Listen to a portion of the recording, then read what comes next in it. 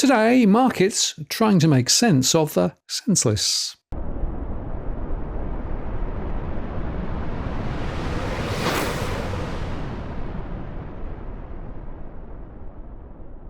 Hello again, it's Martin North from Digital Finance Analytics World, and latest post covering finance and property news.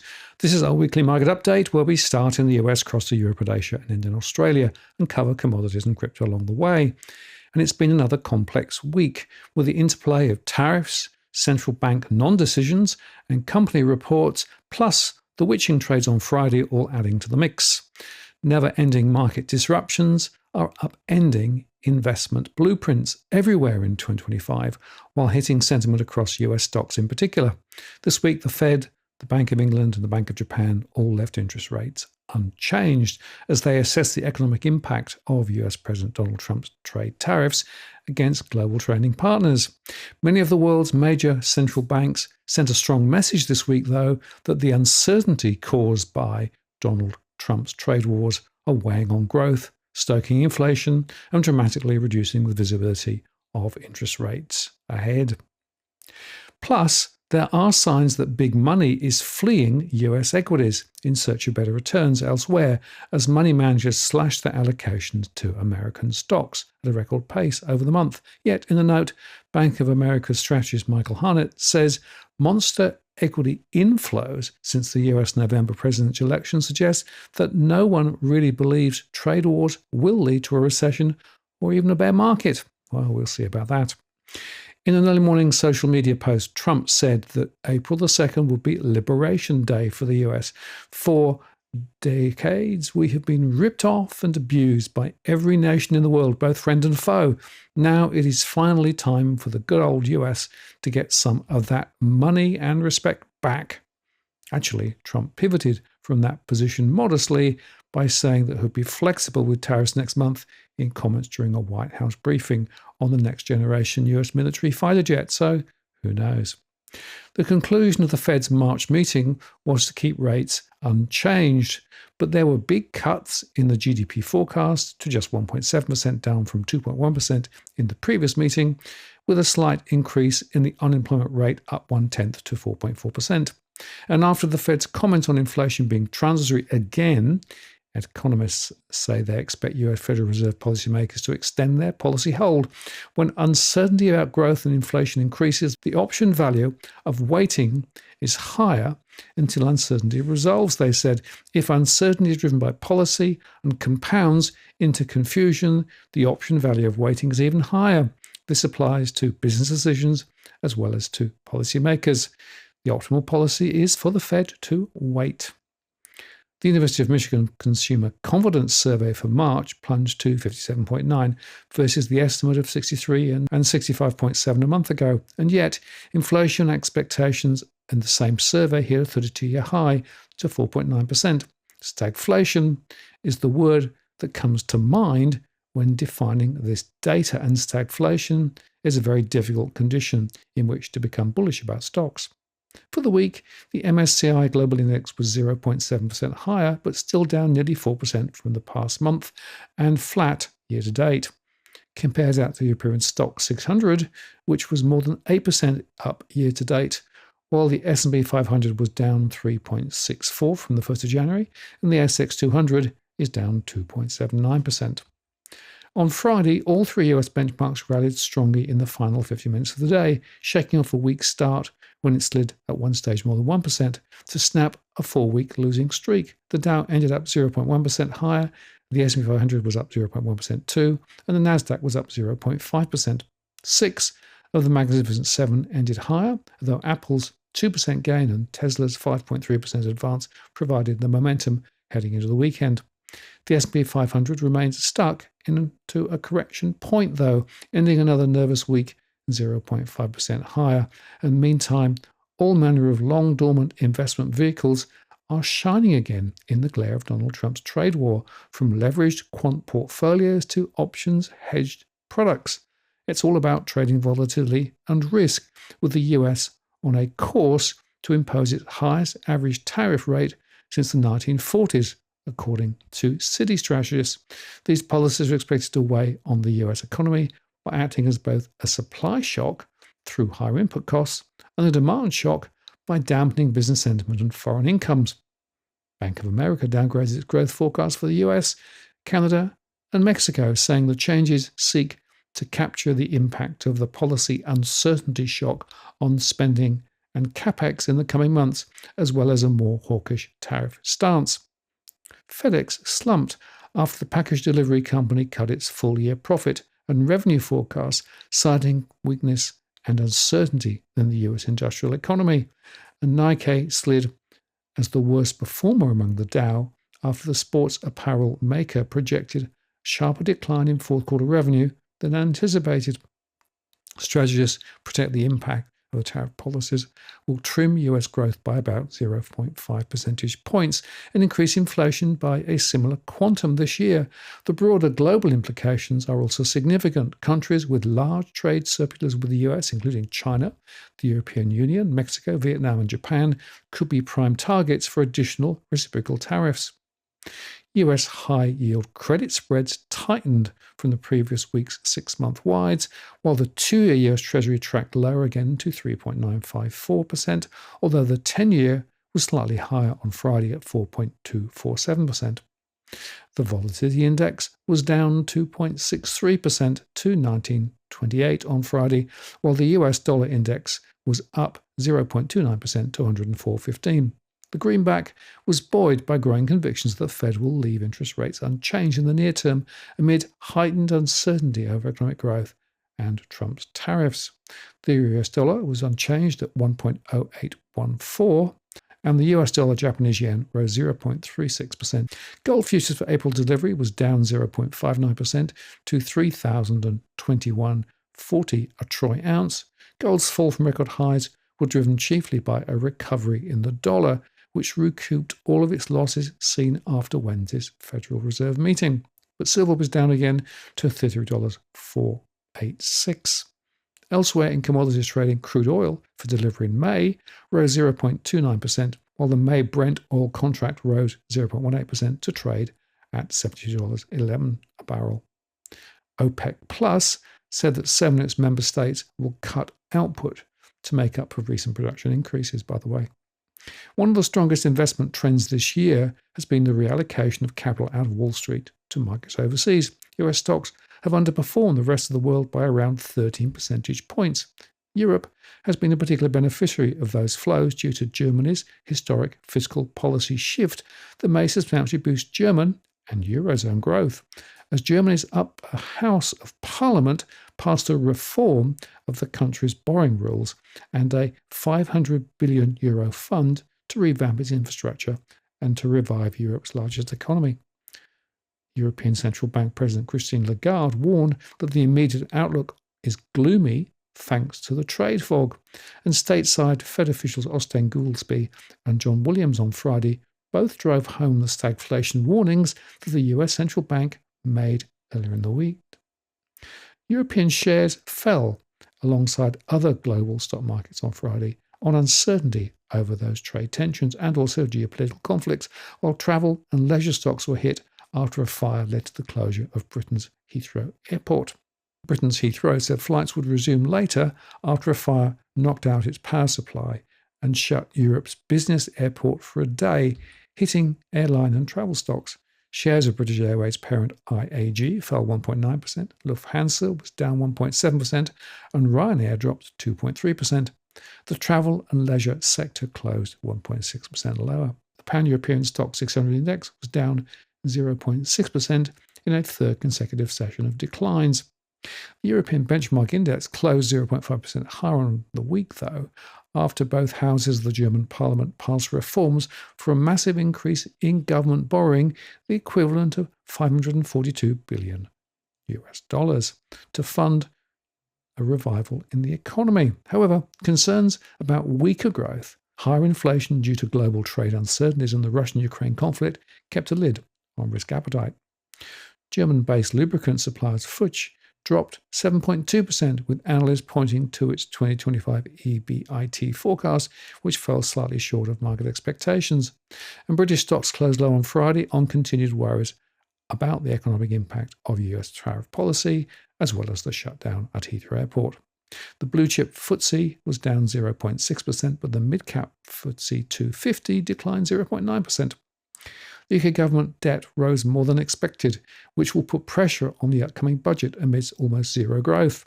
The Bank of England held interest rates at 4.5%, but warned against expectation of future cuts due to an uncertain economic outlook. The DAX index in Germany closed 0.8% lower, the CAC 40 in France slipped 0.6%, and the Swiss National Bank cut interest rates by 25 basis points, while Sweden's Riksbank held rates unchanged.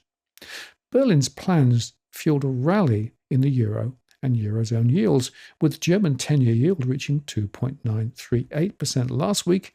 That's the highest since October 2023, although it's back slightly more recently. Yet economists say the fiscal expansion formally approved on Friday by the upper house of Parliament will not provide a quick fix for the economy this year. And Germany's 10-year bond yield could rise to as much as 4% as investors assess the impact of the country's plans for renewed spending, according to analysts at BNP Paribas, as the country issues far more bonds to fund the extra spending. Most Asian stocks moved in a flat to low range on Friday as investors digested the outlook for higher US trade tariffs and interest rates, while Chinese markets pulled back further from a stimulus-driven rally. Japanese markets moved just a little in catch-up trade as mildly stronger than expected consumer inflation data lifted the prospect of more interest rate hikes by the Bank of Japan. Japan's Nikkei 225 and Topix indices rose 0.1 and 0.7% respectively on Friday. Trade resumed after a market holiday on Thursday, by the way. Consumer price index inflation data read slightly higher than expected for February, furthering the Bank of Japan's expectations for a virtuous cycle, keeping bets of more rate hikes by the central bank squarely in focus. National CPI grew 3.7% year-on-year in February, cooling slightly from the prior month's reading of 4% according to government data on Friday. Core CPI, which excludes fresh food prices, grew 3% year-over-year compared to expectation of 2.9% and a 3.2% rise seen in January. So while headline inflation did cool from the prior month, a key gauge of underlying inflation, which is watched by the Bank of Japan, rose further above the central bank's 2% annual target. The print came just after the Bank of Japan kept rates unchanged, but signaled that it expected inflation to remain sticky this year. Analysts expect the Bank of Japan to next hike rates in May after a 25 basis point rise in January.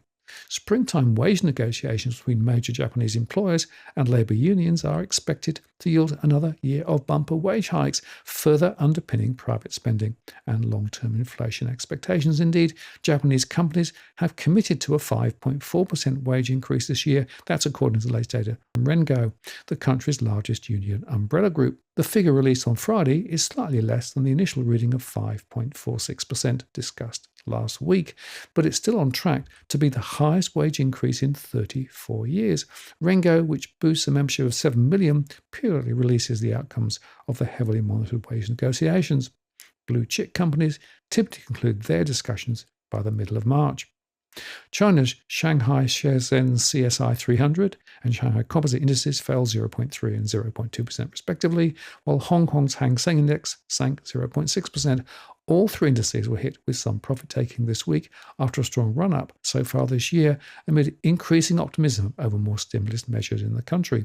Chinese technology stocks, especially those listed in Hong Kong, benefited greatly from increased interest in China's artificial intelligence capabilities. That saw the Hang Seng hit hard by profit-taking after it soared to an over 3-year high this week on the strength of those major tech stocks. Those stocks were the biggest weight on the index on Thursday and Friday. Focus is now on Beijing's plans for more stimulus measures after the government recently outlined measures aimed at boosting private consumption. China's central bank will cut banks' reserve requirements and interest rates at the, quote, appropriate time and strengthen the resilience of its forex market, it said on Friday during a quarterly meeting of its Monetary Policy Committee. The Committee of the People's Bank of China suggested stepping up monetary policy adjustment and control and improving monetary policy to be more forward-looking, targeted and effective, according to a statement at the bank's quarterly meeting. China held its benchmark lending rate steady for the 5th straight month in March on Thursday, which matched market expectations. Broader Asian markets moved little amid a dearth of new cues, while caution over the global economy kept traders to the sidelines. Sentiment towards South Korea was pressurized by anticipation of ruling on the impeached president, which now has been delayed by more than 3 weeks. India's Nifty 50 index, after a recent rebound to 5-week highs, was up 4.26% across the week after investor sentiment in India entered the panic zone, driven by persistent foreign selling and a shift of capital towards China. That's according to Bank of America analysts. In Australia, the share market posted its best weekly gain this year on Friday after supermarket stocks pushed the ASX into positive territory, which offset wider losses. The ASX 200 rose 0.2% to 7,932.10. The index posted a weekly gain for the first time in 4 weeks, up 1.7%. 6 of the 11 sectors were higher, led by consumer staples, and the All Ords lifted 0.1%. Traders piled into Woolworths and Coles after the competition regulator published a long-awaited report, which found that they were some of the most profitable supermarket retailers in the world and uncovered little evidence of price gouging. Woolworths rallied 6.3% to $29.93, and Coles was 4.9% higher to $19.46. Mining stocks, though, posted losses after President Donald Trump invoked emergency powers to increase US production of critical minerals, which could include coal, and become less reliant on imports from China. Coal miner Yancoal fell 1.9% to $5.20, and Whitehaven dropped 2.8% to $5.72. South 32 retreated 2.5% to $3.53, and Pilbara Minerals shed 5.1% to $1.85. Iron ore futures in Singapore slipped below $100 a tonne. The risk-off mood also sparked profit-taking in the healthcare and technology sectors. Medical imaging software provider Pro Medicus fell 6.5% to $223.58, and pharmaceutical giant Sigma Healthcare dipped 1.4% to $2.87. Next DC dropped 1.2% to $13.05. Paladin Energy fell 4% to $6.56 after temporarily closing its Langer Heinrich mine in Namibia, owing to heavy rains impacting access to the site. And Emerald Resources dropped 3.9% to $4 after quarterly output from its gold mine missed its guidance range. Premier Investments added 3.9% to $20.85 after its subsidiary Peter Alexander's sales hit a record $297.7 million in the first half, and the retailer downplayed its 12.5% fall in interim profit, citing the challenging consumer environment. And a rally in Nanosonics lost steam after JP Morgan cut its recommendation on the manufacture of disinfector devices from neutral to underweight. The stock edged up 0.8% to $5.02, extending its 14% gain in the prior session. Banks recovered a bit, with ANZ at $29.30, CBA at $145.60, NAB at $33.18, and Westpac at $30.70. Macquarie was at $200.19. The budget on Tuesday will likely contain a range of sweeteners ahead of the election, including interest-free loans for those in financial distress, more energy relief, and more help to home buyers, but nothing to tackle the structural deficits the country is facing. Income tax is still sucking more from households due to frozen tax bans, and the lipstick will be plastered all over the pig again in an attempt to attract voters. The Aussie was at 62.72 US cents and 48.55 UK pence. Oh dear. Finally, in crypto, while some technical indicators suggest optimism, broader market conditions and macroeconomic factors may shape Bitcoin's price trajectory in the short term. According to Glassnode, futures option interests fell from $57 billion to $37 billion. That's a 35% drop since Bitcoin's all-time high, signaling reduced speculation and hedging activity. This fall reflects the contraction in on-chain liquidity, indicating broader risk-off behavior. The recent downtrend in Bitcoin is attributed to investor risk aversion in an uncertain global environment. The Trump administration's plan to impose tariffs on other countries, which are expected to continue, have contributed to global trade tensions. Institutional investors shifting towards safer assets has also led to a decline in cryptocurrencies, despite many positive developments. However, the decline in tariff-related news since last week did spark a partial recovery in crypto assets. One of the biggest directional factors for the Bitcoin market continues to be the policies of the Federal Reserve. At its most recent meeting, the Fed kept interest rates unchanged, in line with expectations, and projected only a 50 basis point rate cut for 2025. Additionally, the Fed lowered its growth forecast and revised its inflation forecast upwards. This suggests that economic conditions may continue to pose challenges for the crypto market. The Fed's announcement that it will slow the pace of balance sheet contraction starting in April may provide short-term relief to the market, though. However, uncertainty about the rate cut and slowing economic growth continues to be a pressure that factors into riskier assets like Bitcoin in the long term. Nevertheless, positive outlook prevailed in the market following Fed Chair's speech. US President Donald Trump's pro-crypto rhetoric remains one of the positive developments for Bitcoin. At the Blockworks Digital Asset Conference he recently attended, Trump declared that the US would become a Bitcoin superpower and aims to be the crypto capital of the world. And he also stated that the long-term value of crypto assets will be protected, noting that the Biden administration had sold them at low values. Despite Trump's statement, Bitcoin fell. This decline is attributed to the fact that Trump didn't announce anything new for the crypto market, and concrete actions have yet to be taken. On the other hand, Ripple CEO Brad Garlinghouse's announcement that the SEC withdrew its appeal against Ripple was seen as an important development for both the market and XRP. Overall, the internal dynamics of Bitcoin and the broader crypto market looks somewhat positive, but global economic uncertainty and geopolitical risks continue to pose significant barriers to a market recovery.